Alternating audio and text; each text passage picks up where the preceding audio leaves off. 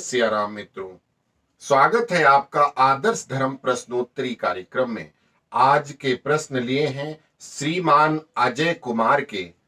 उनके एक साथ बहुत सारे प्रश्न आए थे, जिसमें से कुछ का तो हमने कमेंट में ही जवाब दे दिया था। बाकी के जो उनके 2 प्रश्न थे, उनका इस वीडियो के माध्यम से जवाब दे रहे हैं। उनका पहला प्रश्न है कि गुरुजी ये बताओ कि मनु और शतरूपा ने कौन से मंत्र का जाप किया था। आपके इस प्रश्न का जवाब गोस्वामी तुलसीदास जी ने बाल कांड के दोहा नंबर 143 में दिया है।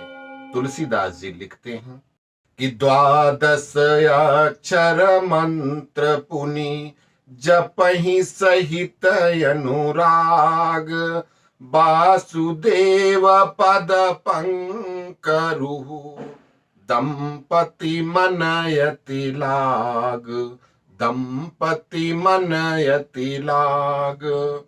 अर्थात उन्होंने 12 अक्षर मंत्र का जाप किया था। और 12 अक्षर मंत्र क्या है? ओम नमो भगवते वासुदेवाय। ये 12 अक्षर मंत्र है जो साक्षात परम ब्रह्म परमात्मा को समर्पित है। इसी मंत्र का जाप मनु और शतरूपा ने किया था। अब आपका प्रश्न संख्या 2 है कि जब वो श्री राम जी त्रिदेवों से ऊपर की शक्ति थे, तो फिर शिव आराधना क्यों किया? इस प्रश्न से ये लगता है कि आपको ये विश्वास ही नहीं है कि श्री राम जी परम ब्रह्म परमात्मा थे। इसका निराकरण भी गोस्वामी जी ने इसी दोहे के बाद वाली चौपाइयों में बताया है। गोस्वामी जी लिखते हैं कि नेति नेति जेहि वेद निरूपा, निजानंद निरुपाधि अनूपा, शंभु विरंचि विष्णु भगवाना, उपजहि जासु अंश ते नाना, ऐसे हु प्रभु सेवक बस आही, भगति हेतु लीला तनु गाही। जिन प्रभु के कदम कदम पर हर जगह वेद में जिनको निरूपण किया गया है, वो परम ब्रह्म परमात्मा स्वरूप भगवान, जिनके अंश से कितने नाना का मतलब बहुत सारे ब्रह्मा विष्णु महेश जिनके अंश से जन्म लेते हैं, ऐसे प्रभु लीला के लिए, मानव को ज्ञान देने के लिए, समझाने के लिए, सदाचार धर्म की स्थापना के लिए, दुष्टों का संहार करने के लिए मनुष्य के रूप में अवतार लेते हैं। जब उन्होंने मनु और शतरूपा ने बहुत कठिन तपस्या किया, तो उसके बाद ब्रह्मा विष्णु महेश उनकी तपस्या से प्रसन्न होकर बार बार आए। इसके लिए गोस्वामी जी ने कहा है कि बार बार कभी ब्रह्मा आते थे, कभी विष्णु जी आते थे, कभी शिव जी आते थे, कभी तीनों साथ में भी आते थे और उनसे कहते थे कि वरदान मांगो, क्या चाहिए आपको। लेकिन उन्होंने किसी की कोई बात नहीं सुनी और लगे रहे अपनी तपस्या में। ओम नमो भगवते वासुदेवाय।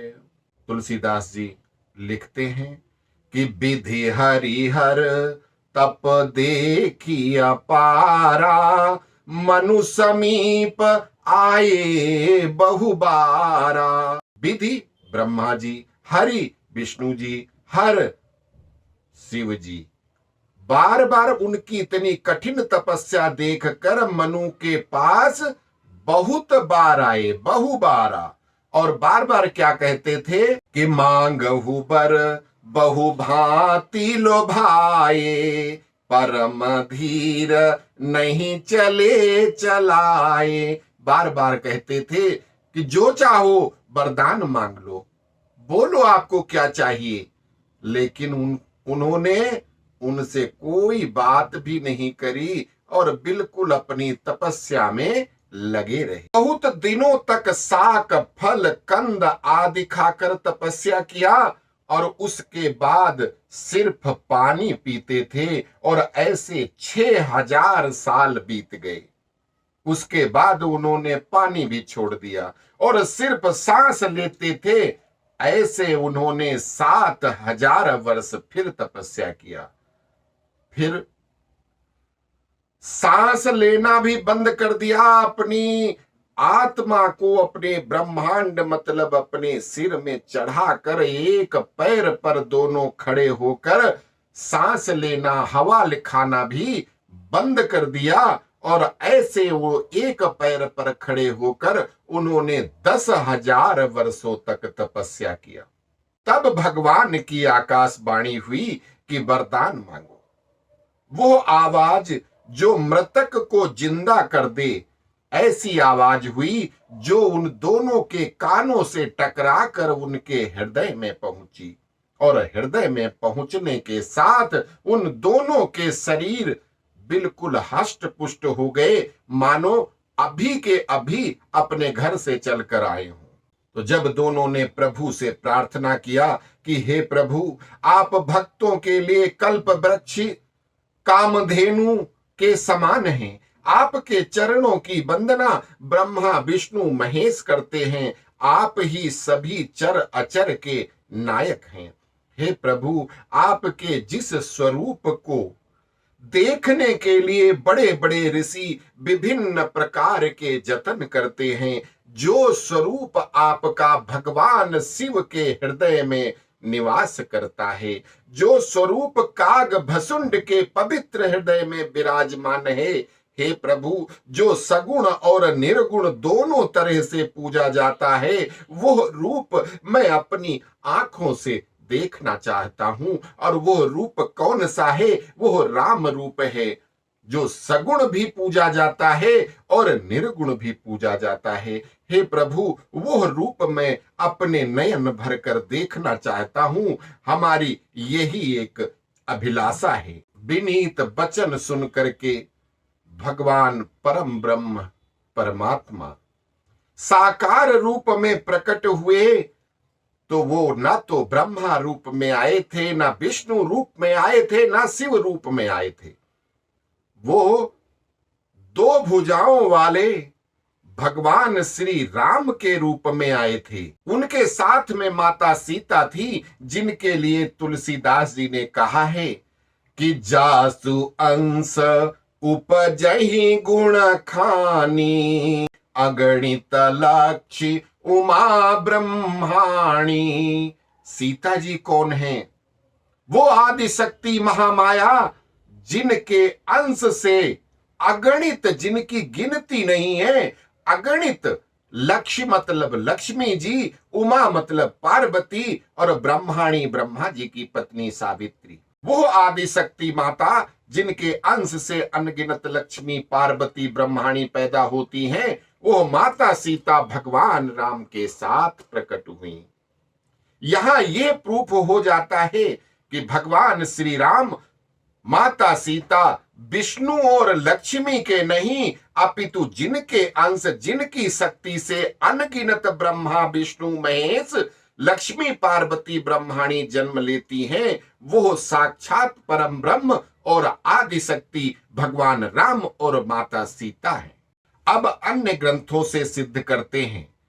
महर्षि वाल्मीकि कृत आध्यात्म रामायण में महर्षि वशिष्ठ राजा दशरथ को उनके और माता कौशल्या के पूर्व जन्म के पुण्य बताते हुए भगवान राम के बारे में जानकारी देते हैं और कहते हैं कि शृणु राजन देव गुह्यम गोपनीयम प्रयत्नतः रामो न मानुषो जातः परमात्मा सनातनः भूमेर भारवताराय ब्रह्मणा प्रार्थितः पुरा सा एव जातो भवने कौसल्याम तवा नघः।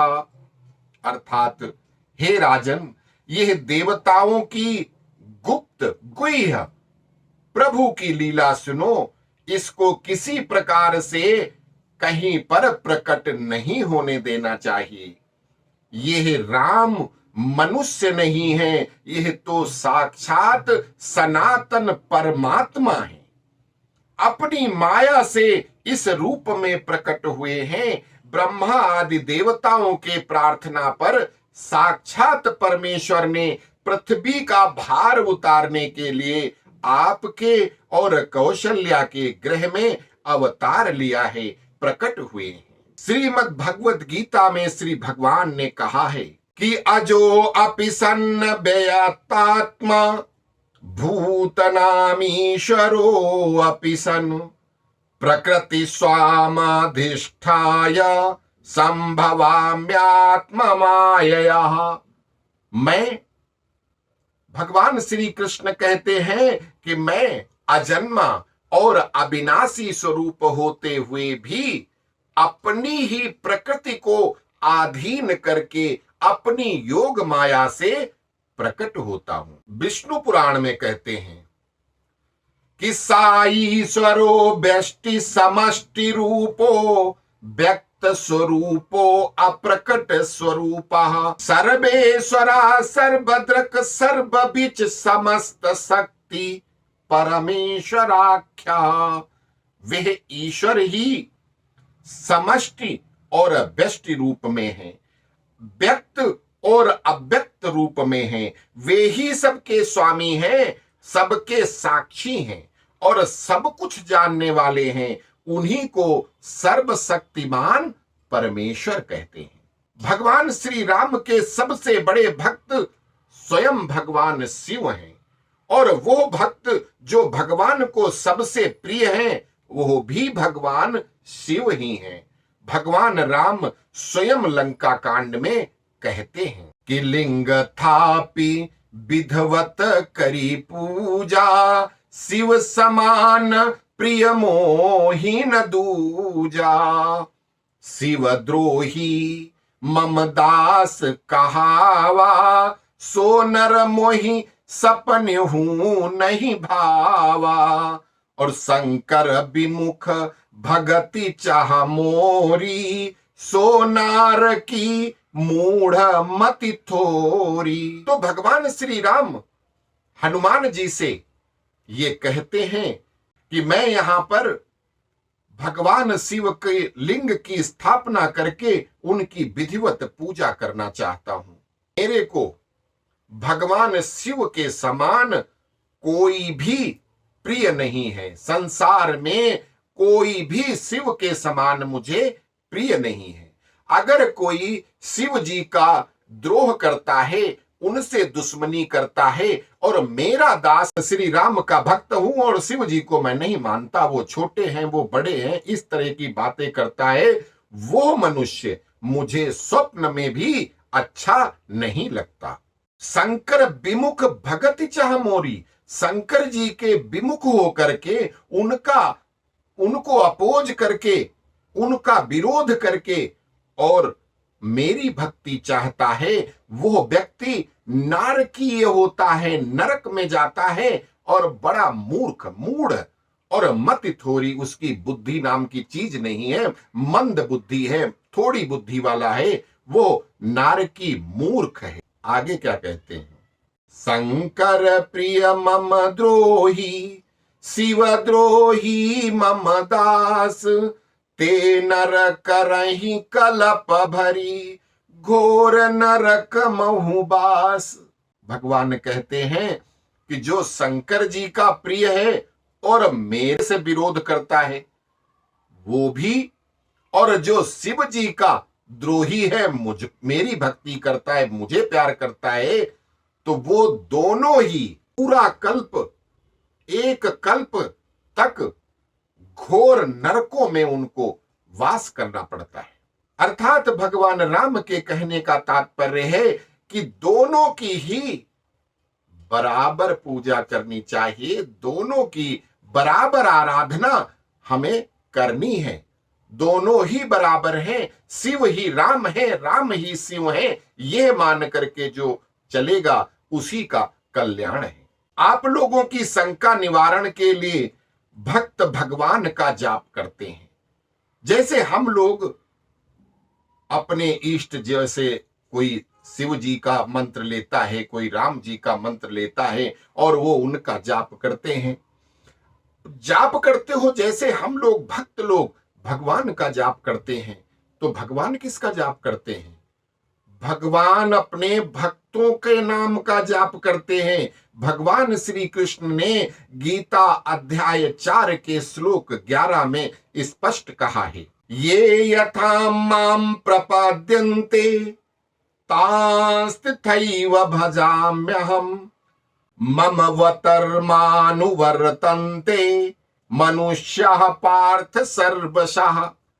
हे अर्जुन, जो भक्त मुझे जिस प्रकार से भजते हैं, मैं भी उनको उसी प्रकार से भजता हूं, क्योंकि सभी मनुष्य सब प्रकार से ही मेरे ही मार्ग का अनुसरण करते हैं। जब शिवजी रात दिन 8 पहर भगवान श्री राम के नाम का जाप करते हैं और उनके सबसे बड़े भक्त हैं, और वो विभिन्न रूप में, चाहे वो हनुमान रूप हो, चाहे वो भैरव रूप हो, अंगद रूप हो, दुर्वासा रूप हो, आदि विभिन्न अंश अवतार में भी भगवान श्री राम को ही भजन करते हैं। तो भगवान शिव की पूजा क्यों न भगवान श्री राम करें? यहां दूसरा भाव यह है कि भगवान श्री राम दशरथ पुत्र राम बनकर मानव रूप में प्रकट हुए, जो मानव लीला में वो सभी कर्म करके बताए हैं जो एक मनुष्य को करना चाहिए। उन्होंने बचपन में वैष्णव परिवार में जन्म लिया, इसलिए भगवान विष्णु की भी पूजा की। फिर सेतु बनने के समय रामेश्वरम की स्थापना करके भगवान शिव की पूजा की, और युद्ध के समय 10 दिनों तक निर्जला व्रत रख करके माता शक्ति की उपासना की। यह सारे कार्य मानव लीला दिखाने के लिए किए। उन्होंने ये बताया कि शक्तियां भले ही अलग अलग कार्य के लिए अलग अलग हों, किंतु वस्तुतः सभी एक हैं। 5 पूजनीय देवता माने गए हैं। कौन कौन है? ब्रह्मा, विष्णु, महेश, गणेश और दुर्गा शक्ति। मतलब यही 5 देवता हैं जिनकी पूजा करने का विधान वेदों में बताया गया है। उनसे उत्पन्न सूर्य, अग्नि, यम, चंद्र, ग्रह आदि की पूजा करते हो तो भी वस्तुतः उसी परम ब्रह्म की पूजा करते हो। जैसे आप किसी व्यक्ति के शरीर, हाथ, पैर, सिर, मुंह, गला, पीठ कुछ भी छूते हो तो क्या कहते हैं कि हमने उस व्यक्ति को स्पर्श कर लिया। उसी प्रकार से जब यह 5 देव उन्हीं के अंश हैं, परम ब्रह्म परमात्मा के ही अंश हैं, अर्थात उनके ही शरीर के पार्ट्स हैं, भाग हैं। अतः परम ब्रह्म भगवान श्री राम ने भगवान शिव की पूजा इसलिए किया था क्योंकि उनको मानव लीला दिखानी थी। दूसरे, भगवान शिव ही राम हैं और राम ही शिव हैं। जो इसमें विभेद करता है कि ये त्रिदेव अलग हैं जी, परम ब्रह्म परमात्मा अलग हैं जी, विष्णु जी अलग हैं, ये अलग हैं, नो, अंत तो गत्वा सब एक हैं। जैसे हमारे शरीर में हाथ है, हमारे शरीर में नाक है, कान है, आंखें हैं, सिर है, सब कुछ है, सबके अलग अलग नाम हैं, लेकिन हैं कौन? हैं तो पंडित जी ही। उसी प्रकार से परमात्मा के ही अगर विष्णु जी हाथ हैं तो ब्रह्मा जी मस्तिष्क हैं। ये मान के चलो कि परम ब्रह्म परमात्मा के शरीर के ये सभी पार्ट्स हैं, भाग हैं। तो इसलिए हम इनको अलग करके नहीं गिन सकते। यही हमारे सनातन की परंपरा है, यही हमारे सनातन के भेद हैं। भगवान श्री राम ने बताया कि ये शक्तियां भले ही अलग अलग हों, अलग अलग कार्य करती हों, किंतु वस्तुतः सभी एक हैं। अतः परम ब्रह्म भगवान श्री राम ने भगवान शिव की पूजा किया।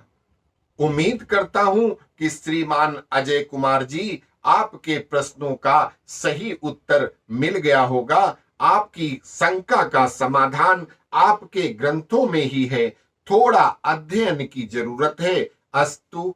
जय सिया राम।